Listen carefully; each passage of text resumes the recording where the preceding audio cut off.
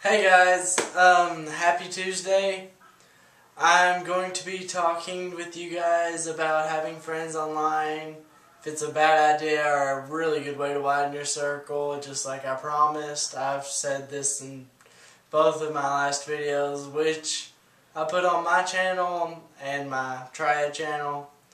So, this is the Triad channel. If you like what you see, then you may like my up-and-coming videos. Sorry about last week. Last week I looked a little deflated. I don't know. I guess I wasn't feeling too hot. But anyways, I'm going to talk to you guys about having friends online. This video is going to come in two parts.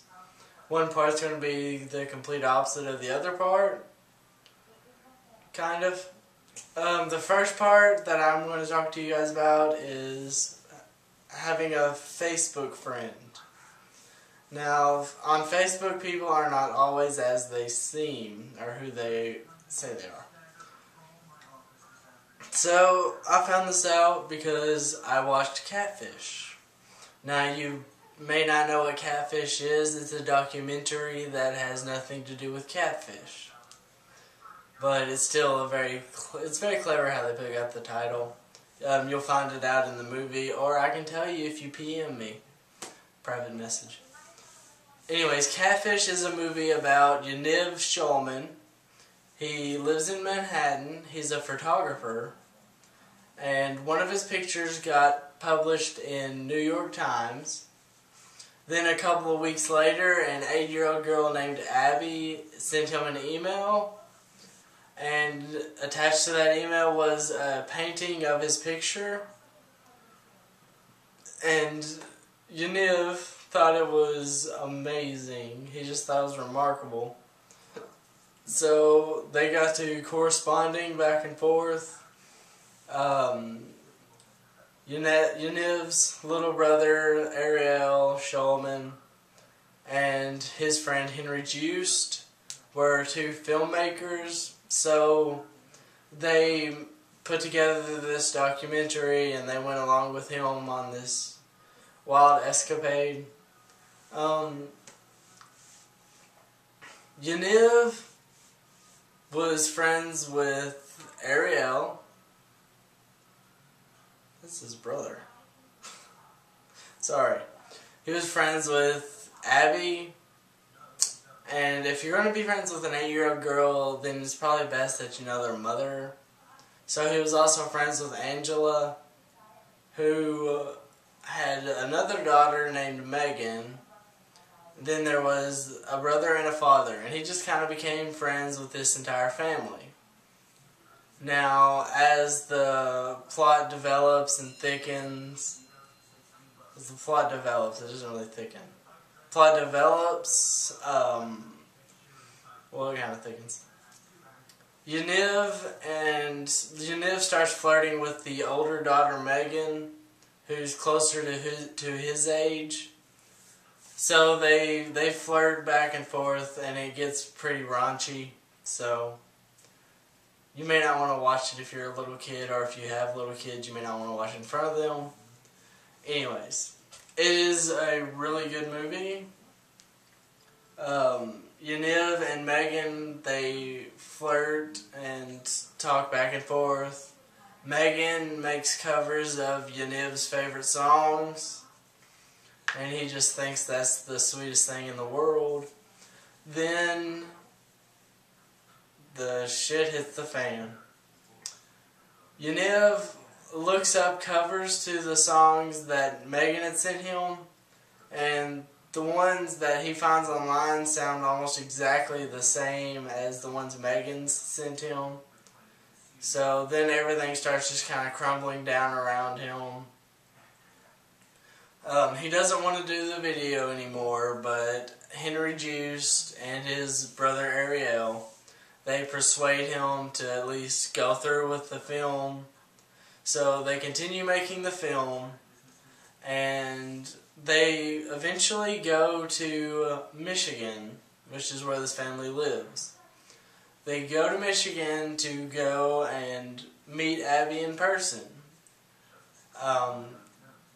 They go to a house they actually, let me backtrack some.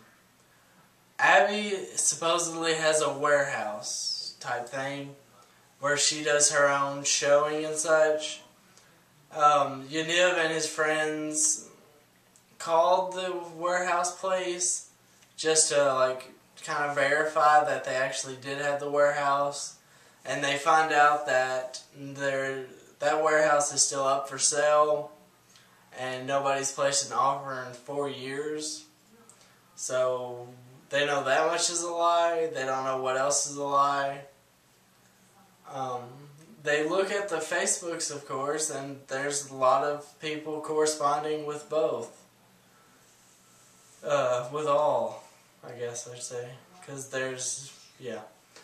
Anyways, they go to Michigan. Since they go to the Midwest for something, and then they decide they should stop by Michigan. So they go to Michigan. First they go to the warehouse, because they arrive when it's really late.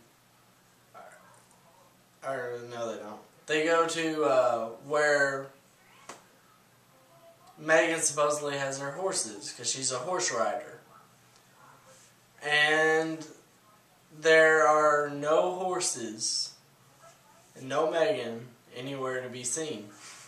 So, if you know, she's got to be, well, yeah. Anyways, sorry.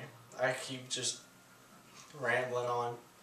But Yaniv and his friends camp out for the night at a hotel, and so then the next morning they go to the house where Abby is, quotes. Abby is actually staying at a friend's house, so that Abby's a real girl, but she's the only one. Angela, the mother that he's been corresponding with, is not as hot as she looks in the profile picture at all. Megan, she does have a daughter named Megan, but the daughter, Megan, has not corresponded with her mother in several years. So there's another kind of iffy thing. They have 2 sons. Angela does. She has 2 sons. And both of them are confined to a wheelchair. The dad, it's just a big mess. So they come to find out that it's Angela who's the kind of the headmaster of all of this. He goes to, he finds out that Angela has her Facebook profile and then 15 other ones.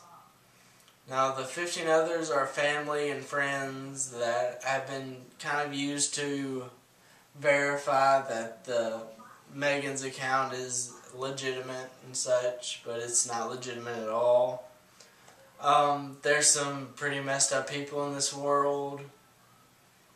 This is what Yaniv finds out. The good news is, Yaniv stays friends with Angela, so they're all peachy keen there. But he's kind of disheartened because Megan's not real and he actually kind of liked her. And it's just a big mess.